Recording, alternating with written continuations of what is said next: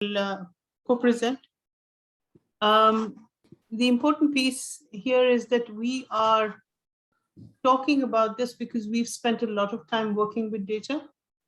And these are the elements that we have seen that are consistent across cultures that are building data use cultures, across schools that are trying to build, or across schools that are failing to build. So those are critical pieces for us to just keep in mind as we walk you through this presentation. All right, so let's get started.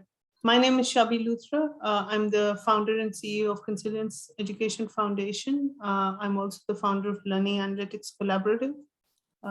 The LAC was formed in 2015, and we're now we're coming close to the 7th year of our existence. I have about 35 years of experience working in education, technology, and innovation leadership in international schools.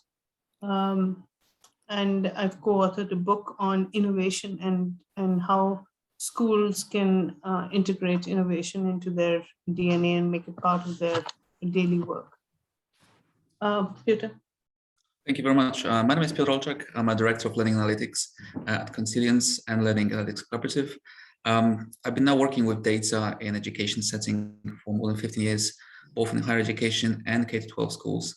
I'm really focused on developing the best possible ways to visualize data for schools, and really committed to helping schools to build the cultures of data so that whatever is put in front of them, whatever teachers have, I think actually maximize the use of data and gain insights. So when we look at what schools face when it comes to use of data, the teachers report drowning in data. There's a lot of data coming at them from all kinds of sources, types of data they collect, types of data that are presented to them in multiple places, whether you're doing it through external assessments, internal assessment, formative assessment, summative assessment, engagement data, well-being data, you can name it. The list goes on and on of how much data teachers collect. School leaders report feeling overwhelmed by the increasing expectations by school boards for data use. There's a lack of critical elements for data use in schools. Typically, it's poor technology, infrastructure, and how they're collecting and organizing the data. There's a lack of instructionally useful assessments. There's limited assessment in data literacy skills, poor relational trust in the informal relationships in schools, lack of roadmaps or guidance, and lack of professional development. We've identified 5 essential conditions that we feel are necessary for building a culture of data use in any school.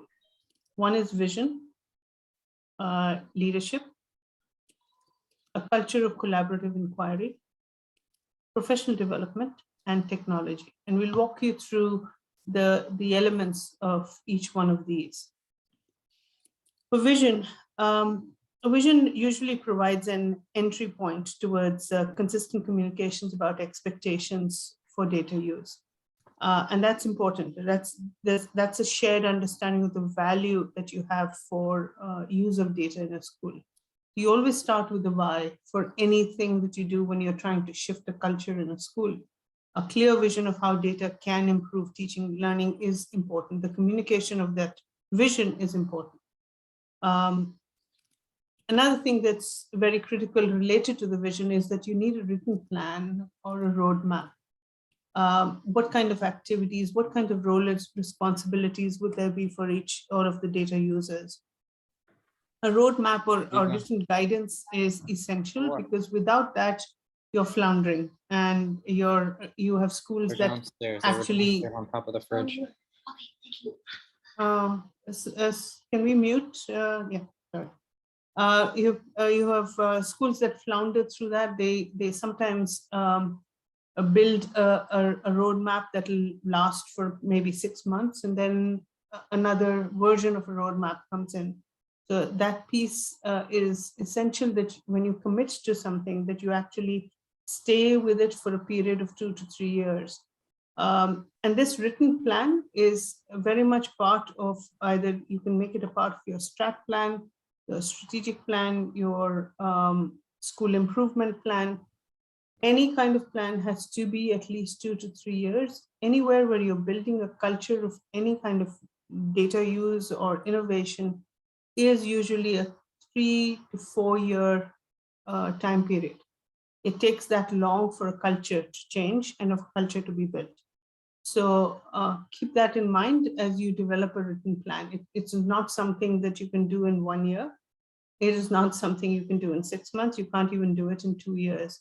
You can start building it in a period of 2 years, but it will take you up to 3 to 4 years before you actually have a culture of data use. This is one example of a plan. So data-wise, several of you might be familiar with it. This is produced by Harvard University, and they came up with this data use cycle that and you can get trainings in it to understand how to build that particular culture. And again, it's a process. If you notice, there's an arrow there, which means it's a never-ending process that you can actually keep growing it. Another one is, this is a school, a Vienna International School, that actually built their own little map of what that roadmap was going to look. What is the vision for it? What is the purpose of creating this data culture? Why do we want to look at data? Who are the different constituents who want to look at data? What are the roles and responsibilities of each individual, each group of individuals? So those are important elements. You can create your own, or you can take one of the ones that are already provided from these companies, like we showed you, the Harvard one. Another one is the one that we have shared with schools. This is something at the Learning Analytics Collaborative that provides an overview of the different phases through which a school moves when trying to build and grow a culture of data. Piotr, do you want to walk us through? Absolutely. So this is something we put together for member schools. And like Shabbi mentioned, this is not just for schools that are part of the collaborative, but in general, when it comes to building a data culture. It starts on the left with identifying, and like Shabbi started this session, it starts with why. That's why here we want the schools to formulate the questions first, know that they want to ask of the data. Then it moves to gathering, looking at different places where data currently sit, whether that's SISs, LMSs, Google Sheets, third-party provider files, and then to put them all in one place. Then the rollout is here, the training and the communication back to the school community is super important. Once you have those elements in place, obviously you want to see have an impact on the ground, hence the use of any protocols and cycles is super important, really to structure that conversation around data. And the last piece is an intuitive one. This comes to reflection. That's where the schools ask themselves, what else is needed? What are the questions we want to ask about data? What are the data we want to bring to the conversation? Or what does the data actually tell us already about the learners? Thank you, Peter.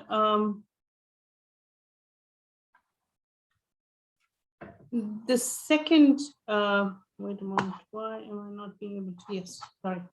The second essential condition for us is leadership. Any kind of culture building requires strong leadership, and that's an important piece of this. Now, in leadership, it is important to model and foster specific norms and expectations related to data use. It is important to build the capacity of teachers by developing their data use expertise, by building their data literacy skills. What is data literacy? Data literacy is the ability to understand and make decisions with data. And that's important, because unless you have built that capacity for teachers, you can't expect teachers to be able to use data on a more regular basis. Data literacy is also the ability to be able to gather data and also design relevant learning engagements that support student learning. So all of these are essential, unless the capacity of teachers and school leaders in many ways is built, that culture cannot exist. If you want data use to be part of the DNA of how you function as a school, then these are critical pieces for it. Another need is the commitment, a commitment that resources, commitment from leadership, that resources required will be supported over time and through especially through the transient nature of international schools.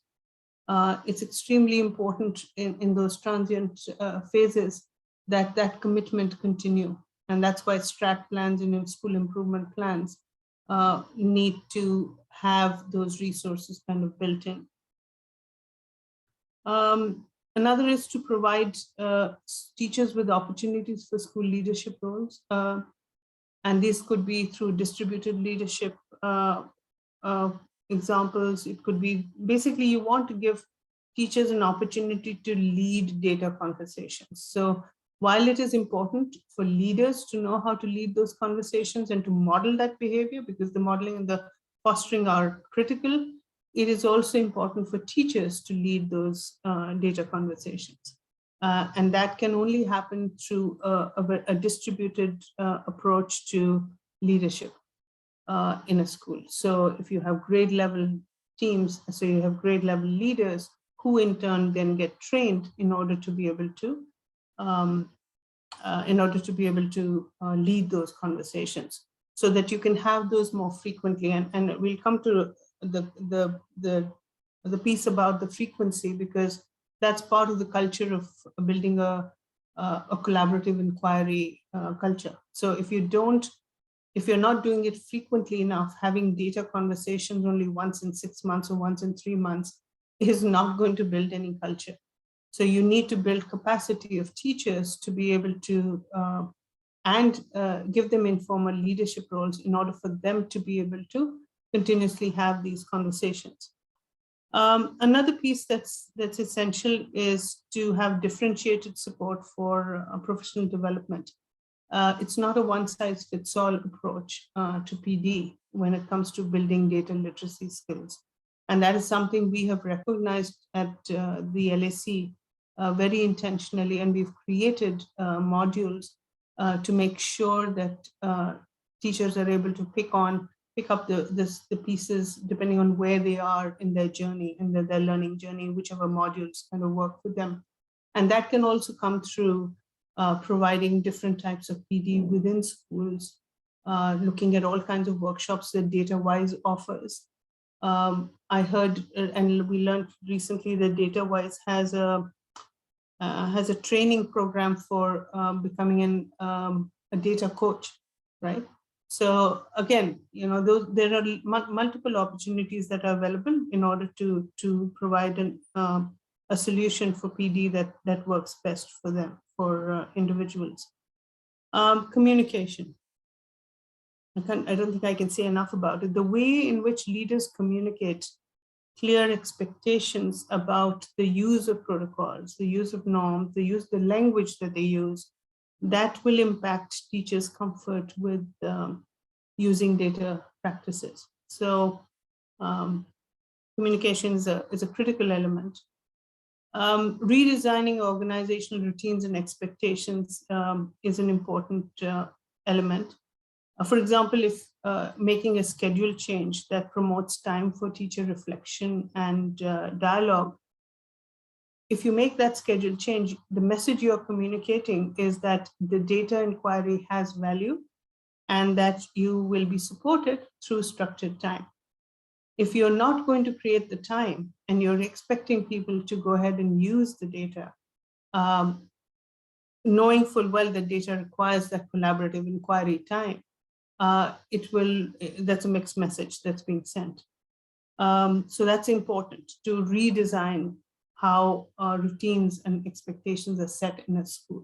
Something goes off the plate when you do something like that. Right? So you make place in your schedule for that time because you think it's important.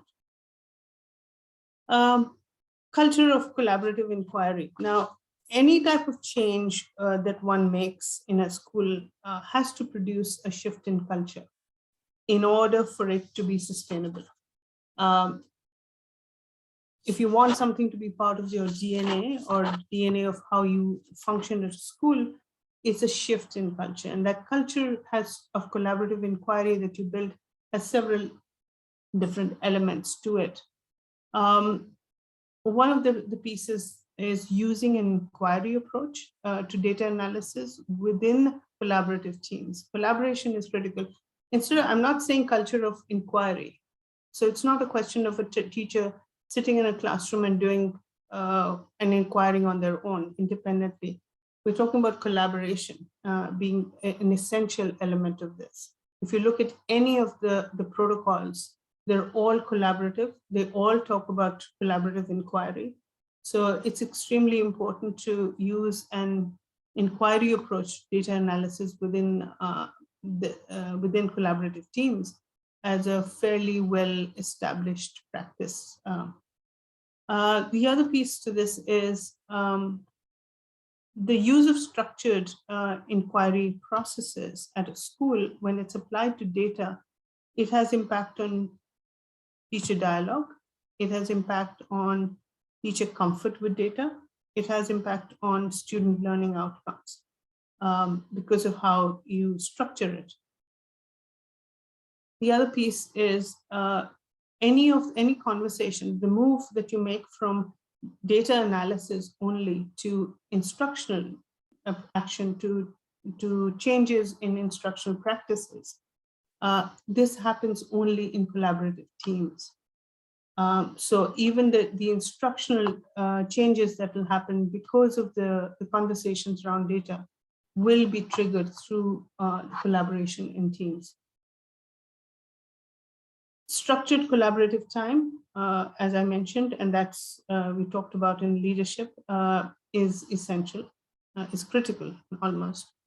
Collaborative team practices, these should take place regularly within a subject area.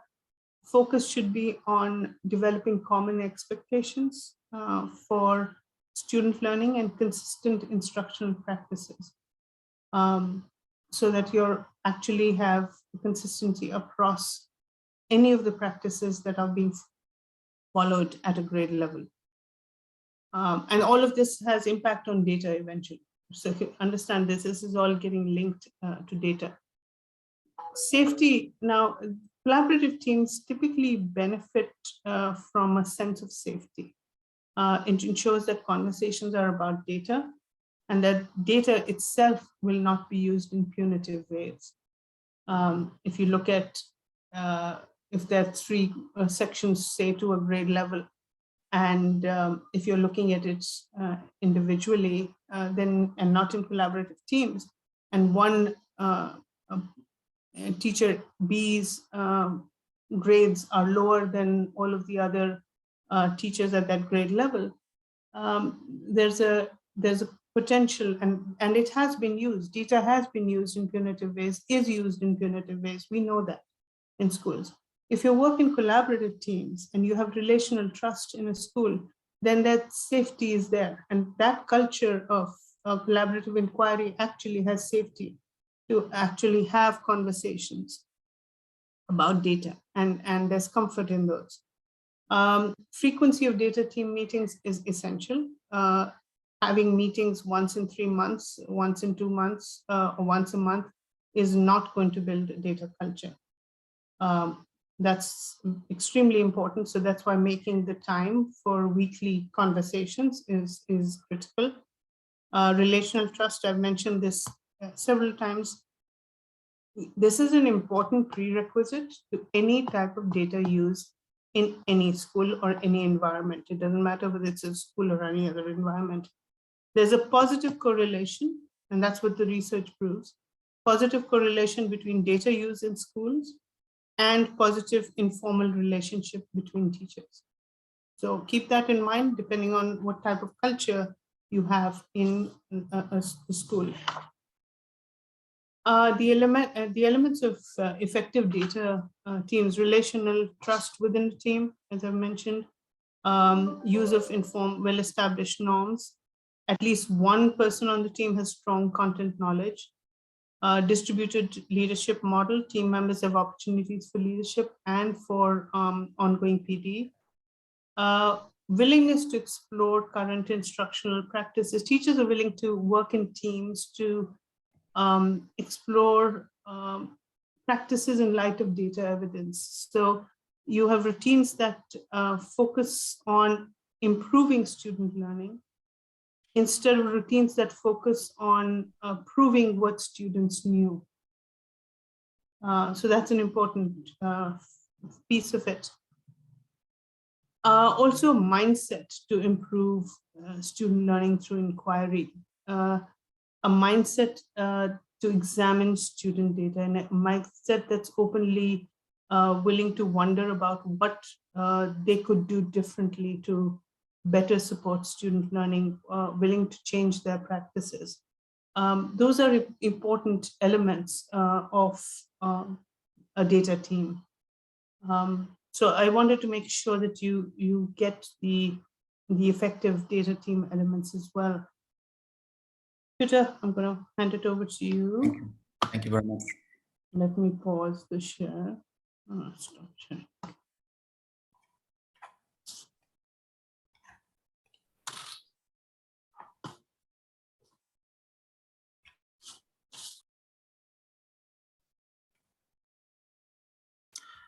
Thank you. So Shabbi just went through the first three elements. I'm just gonna have a bit of a conversation about the professional development and the technology that underlays all of that work.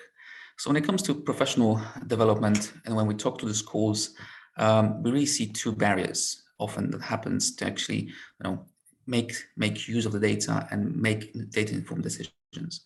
First of all, the lack of preparation itself on how to use the data. Also, the lack of skills to analyze and interpret the data. The truth is that teachers need PD when it comes to data use, really to learn how to analyze data, but also how to connect it with the instructional practices. So when it comes to PD for teachers, it really should, teach them how to use inquiry model and work in a collaborative inquiry teams. Develop those skills to really understand data literacy and assessment literacy. Also to understand how to often move away from data analysis itself and using that information to support the instructional practices. Also, this training, this PD should expand the repertoire of the instructional strategies that teachers have, really to address the individual needs of the students. And finally, any PD when it comes to data use should be differentiated. When you're faculty, you have a whole raft of skills already, and there's no one fit for all. Hence, this needs to be differentiated, and different elements of that training should be provided to the relevant faculty members. When it comes to looking at data, there's a whole raft of protocols, and you can find them online, and they're very easy to be found. I'm just going to give you one or two examples of what this looks like. This one is a very simple one, something we developed internally here at LAC. It's a WOCQ. The W stands for wondering, O for observations, C for connections, and Q for questions. So when it comes to the first part and the wonderings themselves, you have to ask yourself, what do you find yourself wondering about the data that you're looking at? Yeah, just wonder, discuss, uncover, but don't jump into conclusions right away. Then when it comes to observations, you start looking at patterns, observing what you're seeing, what are the appliers, what are the surprises, things that you didn't expect. Then you start making connections in the data. You start to connect data with the background experience that teachers have, what you see in a classroom, or grade level, or the whole school, or the curriculum. So you're putting that data into the context. And finally, questions. The questions are the natural part of this. What is it that you find yourself surprised about? What do you want to think about? How do you want to act upon it? And by using this very simple, straightforward protocol in a collaborative team meeting can really help to get quality insights that will help you and the students. Another one here is something very popular across the schools. It's called the Atlas Looking at Data. And that gives you a very detailed prescription of how to run a meeting, a collaborative meeting, when it comes to looking at data. Again, you can look it up online. It's very easy to be found. It gives you the structure for each part of the meeting, given the times, like you can see here, describing the data takes 10 minutes. Everyone in the room has a certain role. And by using that, you put teachers in that safety zone, really to remove some of the biases and focus on the data and get quality insights. And finally, the technology, the bedrock of all of that. It's super important to invest in a good quality SIS, student information system, or LMS, and this can't be overlooked, because often schools are still in the mode of using some old systems that don't allow teachers really to interact with data, to enter data, to see the data in an easy way. So investing in that good modern SIS is very important. Also, any data systems that allows you to have differentiated access. So based upon your role in a school, you can actually cater for all levels, whether that's your leadership team, whether that's your counselors, whether that's your teachers by grade level. This has to be in place. Also, the data visualizations themselves that allow you to focus on specific questions about student learning. Quality data visualizations are super important. Often, what you see can be misleading. Maybe it's not intuitive, hence won't be used. It needs to be developed for a specific question that you want to ask of your data. Also, technology should be usable. I mean, that's understandable. It should be safe.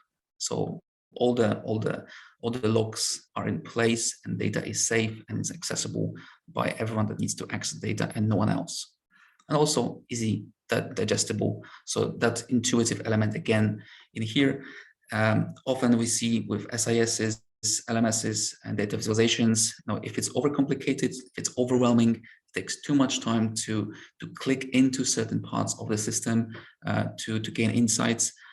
Again, simply, it's not going to be used. And really, to summarize all those elements,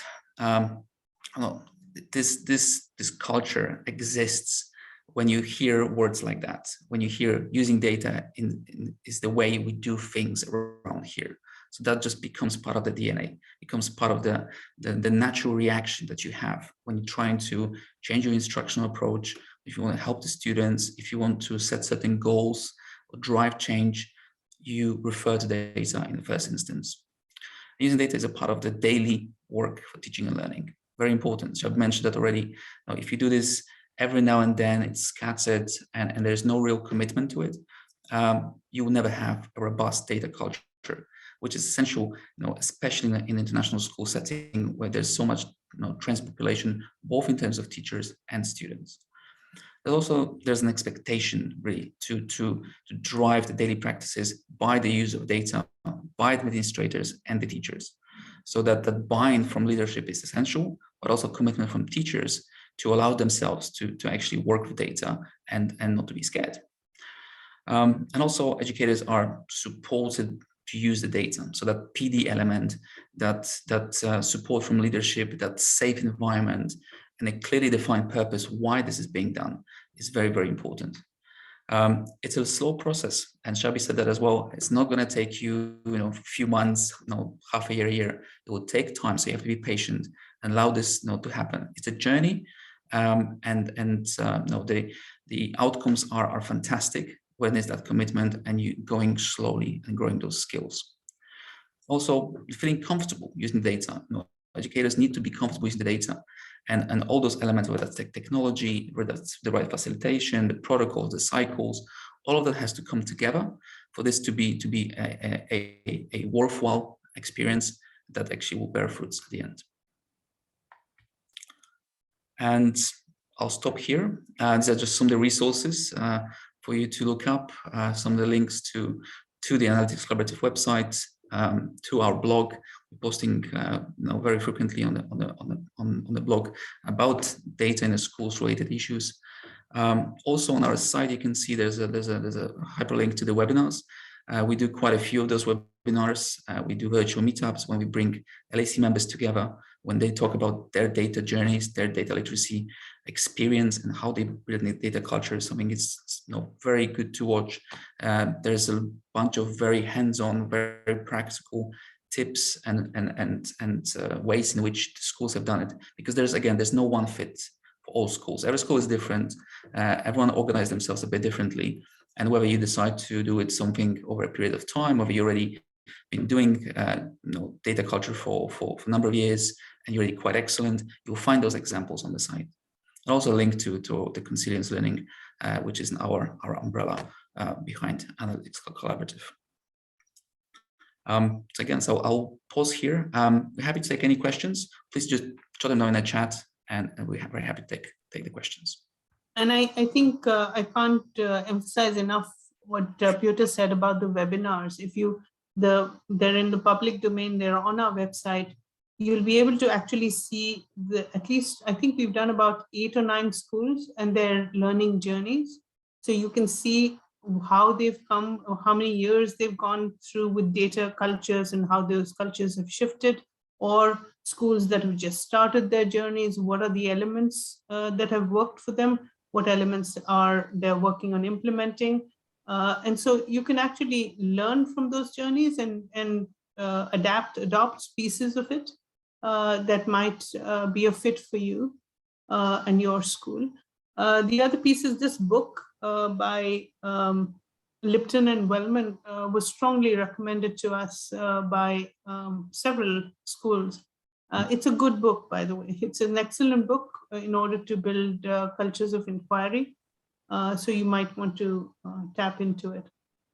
Many success stories from the member schools about using those books or the protocols, and you can really see how the culture has been shifting and how they got to a place they got right now.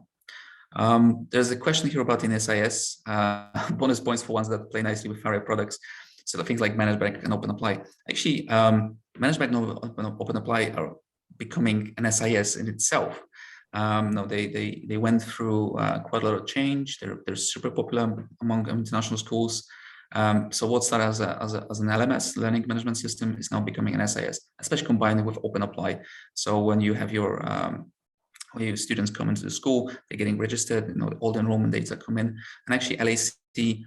At LAC, what we do, we link directly to ManageBank and OpenApply. So we have an API connection and we pull data directly out of those systems. So the process is very smooth and very straightforward. There are many others. I mean, you all probably know all the big players, things like PowerSchool, iSAMS. Essentially, any system that allows you to store data in an intuitive way, in a safe way, and have those levels of access, has an API connection that allows us to export data in easy ways, so you can actually use the data as well. Is worth looking at for sure. Shabbi, would you add anything to this? I would actually say, if you already have Faria products, you have ManageBank and you have OpenApply, you don't really need another system. You've got a system. So I think also you've got both, and they together make an SIS for you. I think also SchoolBuddy became part of the Faria family, right? So yes, that's also public activities, and you want the data on that will link up nicely. I would just strongly, advise all schools to move away from all the legacy products, things that have been created 20, 15 years ago and are still being used. Yeah. And they're very rudimentary. There's no API connections, and to view the information that's been once stored is a nightmare. And we hear that from the schools very, very often. Somebody had a question about the slides. Will they be shared at the end? We can send you the slide deck if you want it. Just send us the link. We can send it to your course, and they can forward it to whoever needs it. Yeah. Also a comment here from Nick saying that external assessments are great for providing independent student learning levels. However, how can we use this to guide next steps? By talking to schools, and what we see is that what's essential is to have both the external assessments and internal assessments, and finding correlation between the two. The external assessment will give you benchmarks, right? They will tell you, compared to other international schools or certain norms, where your students are at. But then also the internal assessments are much more detailed often, and they give extra information. So looking at the correlation between the two is super important. Also, bear in mind that obviously you don't want to over-assess or over-test your students. Often what the schools do when they start looking at data, they provide this, they build this grid look at grade level and what is actually being assessed at each grade level, would find themselves that some grade levels are much more assessed than the others. When you have IBDP, when you have MIP certificate, MAP, or ISA, then all the internal assessment grades, yeah, it can become quite a bit. But look, having those two together is very important. Any other questions anybody has? You're welcome to use your mics if you don't want to write it. There we go. Yeah. So just thank you for the email address. Anthony will send that forward. Yeah, and the slides. Yeah. So slides will be available. Recording will be available on our site and via Acres. Anything else at all that we can answer today?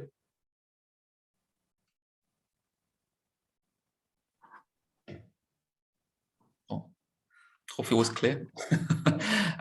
Please drop us an email if you have further questions, if you want to ask anything at all. We're both available. These are email addresses at the bottom here for Shabbi and myself. We're always happy to talk to schools and teachers. Thank you. Thank you very much, everyone. And have a great rest of your day, wherever you are. Stay safe. Yeah, thank you very much again.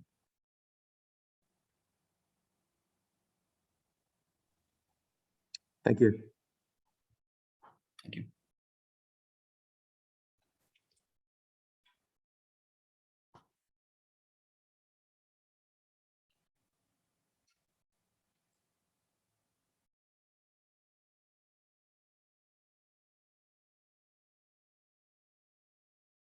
I think we can stop the recording. Yeah.